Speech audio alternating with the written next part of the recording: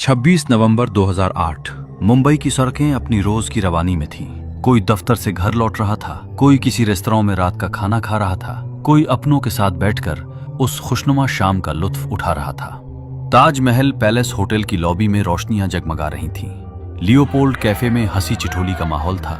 Chhatrapati Shivaji terminus पर हजारों यात्री अपनी अपनी गाड़ियों का इंतजार कर रहे थे। शहर सांस ले रहा था, शांत, बेफिक्र और बेखबर। पर किसी को नहीं पता था कि उस रात की नींद कभी पूरी नहीं होगी। रात के करीब 9:30 बजते बजते गोलियों की आवाजें एक साथ कई जगहों से गूंज उठी। Taj Mahal palace hotel, Chhatrapati Shivaji terminus, Leopold cafe, the Oberoi trident, Nariman house, 5 जगहें एक साथ एक ही पल में। 10 बुरी तरह प्रशिक्षित आतंकवादी दो के समूहों में बटे हुए निर्दोष लोगों पर अंधाधुंध गोलियां बरसाने लगे। लोग मारे गए, खून में तड़पते रहे और पूरा देश एक ऐसे दर्दनाक सच्चाई से रूबरू हुआ जिसकी उसने कभी कल्पना भी नहीं की थी। ये भारत की सुरक्षा व्यवस्था के लिए आजादी के बाद का सबसे बड़ा हमला था।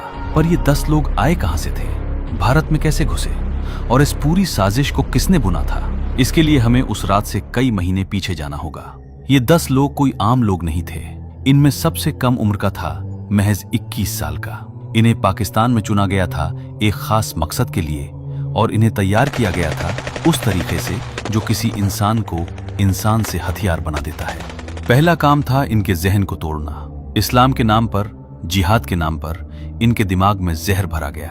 गजवाए हिंद जैसी बातें दिन रात सुनाई गईं। गैर मुस्लिमों को काफिर बताया गया, अल्लाह का दुश्मन करार दिया गया। ये काम जानबूझकर किया जाता था क्योंकि हैंडलर जानते थे कि अगर इनके मन में गुस्सा नहीं रहा तो कोई रास्ते में ही हिम्मत हार जाएगा। जब जहन तैयार हो गया तब शरीर को तैयार करने का दौर शुरू हुआ। पहला चरण था दौराए आम, 21 दिन का। इसमें बुनियादी शारीरिक प्रशिक्षण दी जाती थी पर धार्मिक ब्रेन वॉश इसमें भी बराबर चलती रहती थी। दूसरा चरण था दौराए खास, 3 महीने का। यहाँ प्रशिक्षण का स्तर काफी ऊंचा हो जाता था। इन्हें नशीली दवाएं दी जाती थी, इसलिए नहीं कि वे आराम करें बल्कि इसलिए कि वे और ज्यादा देर तक जागें और शरीर की सीमाओं से आगे जाकर प्रशिक्षण ले सकें। जंगलों और पहाड़ों में जीवित रहना सिखाया गया। नक्शे पढ़ना, रास्ते याद करना और बंधकों के साथ कैसे पेश आना है, ये सब बताया गया। हर कौशल एक मकसद से सिखाया गया था। तीसरा और आखिरी चरण था दौराए रिबात। इसमें प्रशिक्षण हर समूह के हमले के हिसाब से विशिष्ट हो जाती थी। इन्हें खास तौर पर समुद्री रास्ते से भारत में घुसने की ड्रिल सिखाई गई, निगरानी की तकनीकें बताई गईं। ये भी समझाया गया कि हमले के बाद खुद को ज्यादा से ज्यादा देर तक जिंदा कैसे रखा जाए ताकि नुकसान अधिक हो।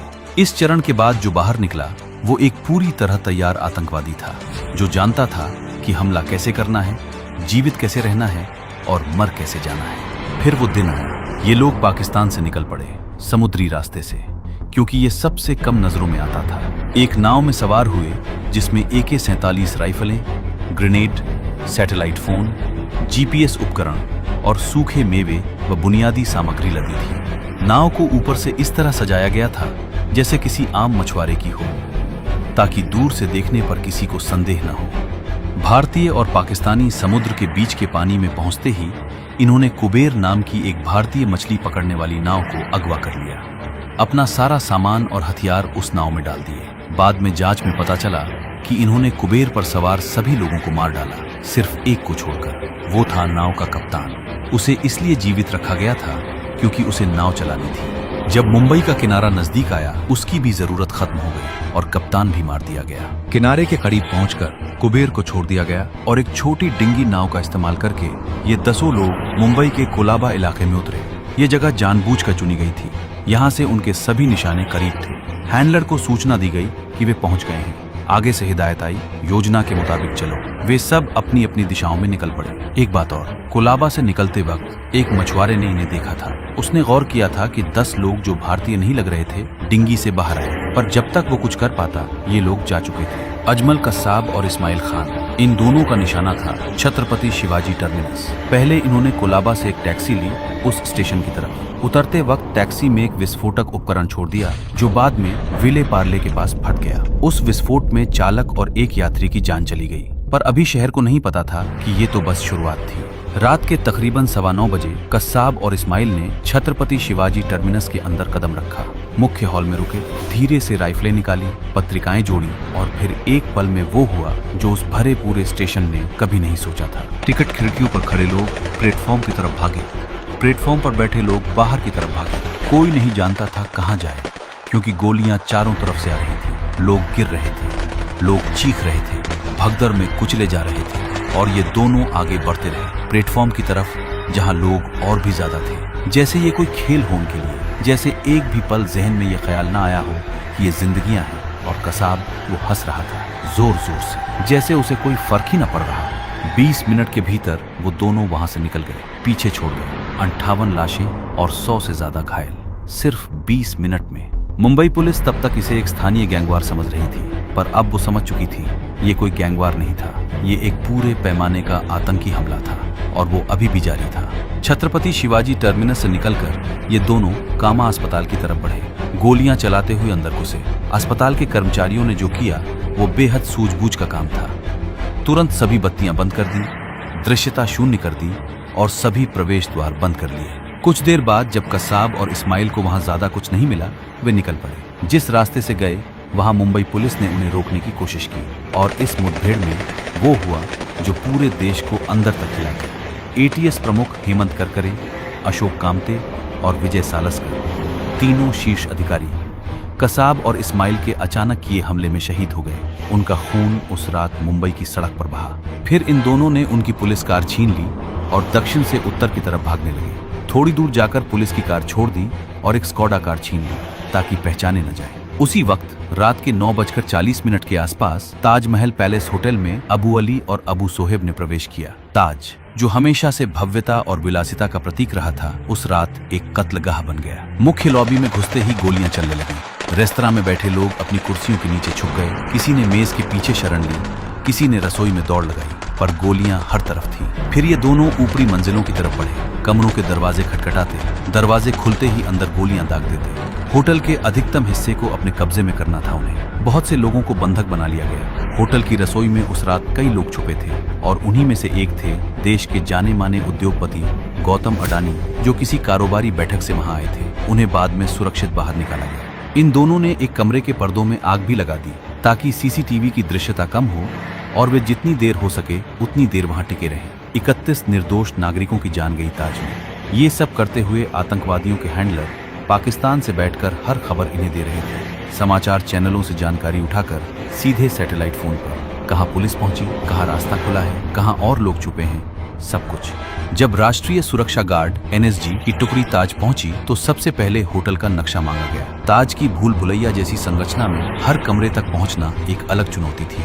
आतंकवादी लगातार कमरे बदल रहे थे, यादृच्छिक गोलियां चला रहे थे ताकि एनएसजी को भटका सके। एनएसजी ने दरवाजों पर फ्लैशबैंग का उपयोग किया, सीढ़ियों पर कमांडो कवर के लिए तैयार रखे। धीरे धीरे होटल के एक एक कमरे को सुरक्षित किया जाने लगा। आखिरकार जब सटीक सूचना मिली कि आतंकवादी किस कमरे में है, तब बत्तियां बंद की गई और 2-4 प्रवेश संरचना में एनएसजी ने कमरे में धावा बोला। अंदर से फर्नीचर के पीछे से जवाबी हमला हुआ। दोनों आतंकवादी जानते थे कि उनका बचना नामुमकिन है, पर उन्होंने लड़ना बंद नहीं किया। लगातार गोलियां, ग्रेनेड, पर एनएसजी के कमांडो डटे रहे। आखिरकार दोनों आतंकवादी ढेर हो गए। ऑपरेशन ब्लैक टॉर्नेडो को ताज में पूरा होने में 60 घंटे लगे। इसी बीच लियोपोल्ड कैफे में रात्रि भोज के चरम समय पर अबू शोएब और उमर ने अंदर कदम रखा। वहां मौजूद लोगों को कुछ समझ आए उससे पहले ही गोलियां चलने लगी। 10 लोग मारे गए, 20 से ज्यादा घायल हुए। काम निपटाकर ये दोनों भी ताजमहल पैलेस की तरफ चल पड़े। वहां पहले से चल रहे हमले में शामिल हो गए। एनएसजी ने अंततः इन्हें भी मार गिराया। ओबरॉय ट्राइडेंट में अब्दुल रहमान बड़ा और फहादुल्ला ने भी वही पैटर्न अपनाया। प्रवेश करते ही गोलियां, और इस बार विदेशी नागरिकों को विशेष रूप से निशाना बनाया गया। पाकिस्तान से हैंडलर बोल रहा था, यहाँ विदेशी ज्यादा है, इन्हें मारो, ताकि पूरी दुनिया में भारत की सुरक्षा पर सवाल उठे। इस होटल की संरचना अपेक्षाकृत सरल थी, इसलिए एनएसजी ने यहाँ तेजी से काम किया। 1 घंटे की मुठभेड़ के बाद दोनों आतंकवादी मारे गए। 30 लोग जान गंवा चुके थे, जिनमें विदेशी नागरिकों की संख्या अधिक थी। नरीमन हाउस, कोलाबा की एक संकरी गली में बसा एक आवासीय सह धार्मिक केंद्र, वो जगह थी जहां बाबर इमरान और नासिर पहुंचे। रात के लगभग 11:45 बजे पाकिस्तान से हैंडलर फोन पर बोल रहा था, यहाँ यहूदी हैं, इन्हें मारो, ये भी काफिर हैं। दोनों ने इमारत में प्रवेश किया, बंदूकें जोड़ी और जहां भी कोई नजर आया गोलियां दाग दी। फिर यहूदी केंद्र पर कब्जा कर लिया और बंधक बना लिए। एनएसजी ने इस बार हेलीकॉप्टर से छत पर उतरकर नीचे की तरफ तल दर तल बढ़ने की योजना बनाई। सूचना पहले से थी कि आतंकवादी किन मंजिलों पर हो सकते हैं। कमांडो नीचे उतरे और तभी एक आतंकवादी ने उन्हें देख लिया और ग्रेनेड फेंका। ग्रेनेड बेकार गया, पर आतंकवादी की स्थिति उजागर हो गई। एनएसजी ने दो में विभाजित होकर करीबी मुठभेड़ शुरू की। थोड़ी देर में पहला आतंकवादी ढेर हुआ और कुछ ही पल बाद दूसरा भी। बचे हुए बंधकों को सुरक्षित बाहर निकाल लिया गया, पर 6 बंधक पहले ही मारे जा चुके थे। और अब बात करते हैं उस एक इंसान की जिसकी गिरफ्तारी ने पूरी दुनिया के सामने इस साजिश का चेहरा बेनकाब किया।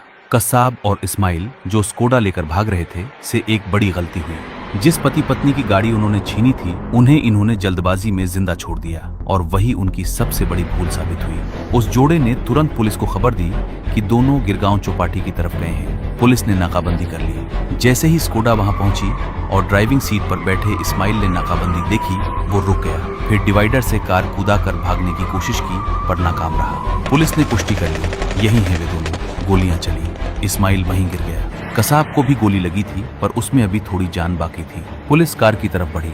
सबसे आगे थे कांस्टेबल तुकाराम ओम्बले।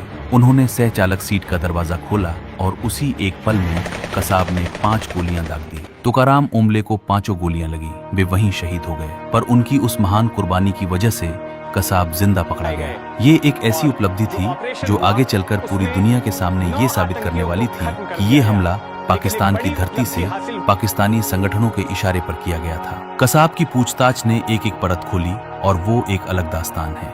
26 नवंबर 2008 की वो रात जो मुंबई की स्मृति में एक ऐसे घाव की तरह दर्ज है जो कभी पूरी तरह नहीं भरेगा। उस एक रात में मुंबई के 5 अलग अलग कोनों में एक साथ कयामत बरपी। 600 लोगों की जान गई, सैकड़ों घायल हुए। न जाने कितने घरों के चिराग बुझे, कितने बच्चे अनाथ हुए, कितने सपने अधूरे रह गए। पर उस रात कुछ और भी हुआ। हेमंत करकरे, अशोक कामटे, विजय सालस्कर और तुकाराम ओम्बले जैसे लोग भी थे जो अपनी जान देकर उस शहर की रक्षा करने निकले थे। वे भी उस रात हमेशा के लिए चले गए।